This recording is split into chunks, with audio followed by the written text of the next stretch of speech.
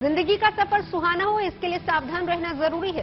रोजमर्रा की आपाधापी में कुछ देर बैठकर सोचना समझना भी जरूरी है कि आपके आसपास क्या हो रहा है और जो कुछ हो रहा है उससे हमारी जिंदगी, हमारा परिवार कैसे प्रभावित हो सकता है। इसीलिए फोन बजाकर बाखबर करने वाली खबर जरूरी हो जाती है। और आज की यह खबर लुक बदलने के जानलेवा जुनून यानी कि प्लास्टिक सर्जरी से जुड़ी हुई है। सुंदर दिखने के लिए सर्जरी कराने का चलन तेजी से बढ़ा है। आंख, नाक या फिर चेहरे को परफेक्ट शेप देने के लिए सर्जरी कराना अब सिर्फ अमीर लोगों का ही शगल नहीं रहा, बल्कि मिडिल क्लास भी इसमें हाथ आजमा रहे हैं। लेकिन दो घटनाएं ऐसी हुई हैं जो शौकिया प्लास्टिक सर्जरी को लेकर सतर्क करती हैं। अमेरिका की एक मॉडल और कनाडा के एक एक्टर की प्लास्टिक सर्जरी के बाद जान चली गई और इसीलिए सर्जरी पर सावधानी वाला हॉर्न बजाना जरूरी है। मौजूदा दौर में पूरी दुनिया और भारत में भी शरीर के अलग अलग हिस्सों की प्लास्टिक सर्जरी का चलन तेजी से बढ़ा है। हालांकि इसकी अपनी सीमाएं हैं, अपनी समस्याएं हैं और कई बार ये जानलेवा भी साबित हो सकता है।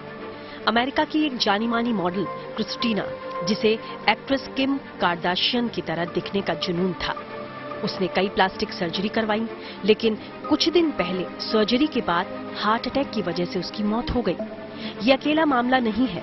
बीटीएस सिंगर की तरह दिखने की चाहत में कनाडा के एक्टर सेंट वॉन कोलुची ने बेहिसाब सर्जरी करवाई, लेकिन इन्फेक्शन की वजह से 3 दिन पहले ही उनकी जान चली गई। हाल ही में हुई इन दोनों घटनाओं को देखते हुए जरूरी है कि प्लास्टिक सर्जरी को लेकर सावधानी वाला हॉर्न बजाया जाए। पहले आपको बताते हैं कि एक्टर सेंट वॉन कोलुची के साथ क्या हुआ। जो बीटीएस सिंगर जिमिन जैसा दिखना चाहता था, लुक बदलने के लिए उसने 12 प्लास्टिक सर्जरी करवाई, जिसमें करोड़ों रुपए खर्च हुए। लेकिन सर्जरी और इम्प्लांट्स की वजह से इन्फेक्शन हो गया और डॉक्टर्स उनको बचा नहीं सके। सेंट वॉन कोलुची की तरह बहुत लोग होंगे जिन्हें अपने लुक या जॉ लाइन या फिर चिन की शेप पसंद नहीं होगी और वो उसे बदल लेना चाहते होंगे, लेकिन सर्जरी को लेकर उन्हें बेहद सावधान रहने की जरूरत है। इसके क्या खतरे हो सकते हैं, ये हम आपको बताएंगे।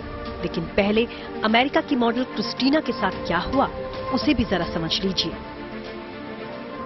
34 साल की ये मॉडल एक्ट्रेस किम कार्दाशियन की तरह दिखती थी, लेकिन अपने लुक को और बेहतर बनाने के लिए क्रिस्टीना ने प्लास्टिक सर्जरी करवाई। बताया जा रहा है कि सर्जरी की प्रक्रिया से उबरने के दौरान उसे हार्ट अटैक हुआ और उसकी मौत हो गई। इन दो मामलों से प्लास्टिक सर्जरी को लेकर चिंता होना लाजमी है, लेकिन ऐसा नहीं कि सर्जरी के बाद हर मामले में जान का ही खतरा हो। कई बार नतीजे गड़बड़ हो जाते हैं। अमेरिका की एक मॉडल जेनिफर पैम्पलोना ने किम कार्दाशियन की तरह दिखने की चाहत में कई प्लास्टिक सर्जरी करवाई और अपने मकसद में कामयाब भी रही। लेकिन एक वक्त वो भी आया जब उनको कार्दाशियन वाले लुक से कोफ्त हो गई। जब उन्होंने वापस अपना लुक हासिल करने के लिए सर्जरी करवाई तो चेहरा बिल्कुल खराब हो गया। प्लास्टिक सर्जरी के ऐसे हादसे अनगिनत हैं और जाने माने लोगों के साथ ये कहानी दोहराई जा चुकी है।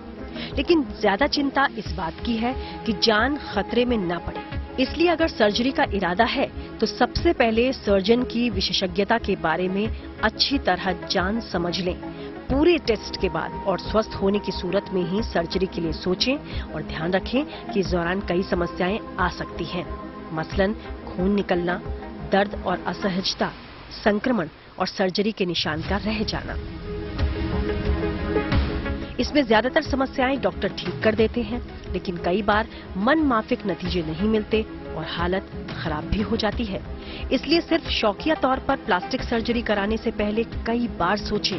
फैसला कर लिया हो तो अच्छे सर्जन से मिलें, सर्जरी के साइड इफेक्ट के बारे में पूरी जानकारी जुटाएं और उसके बाद ही कदम आगे बढ़ाएं।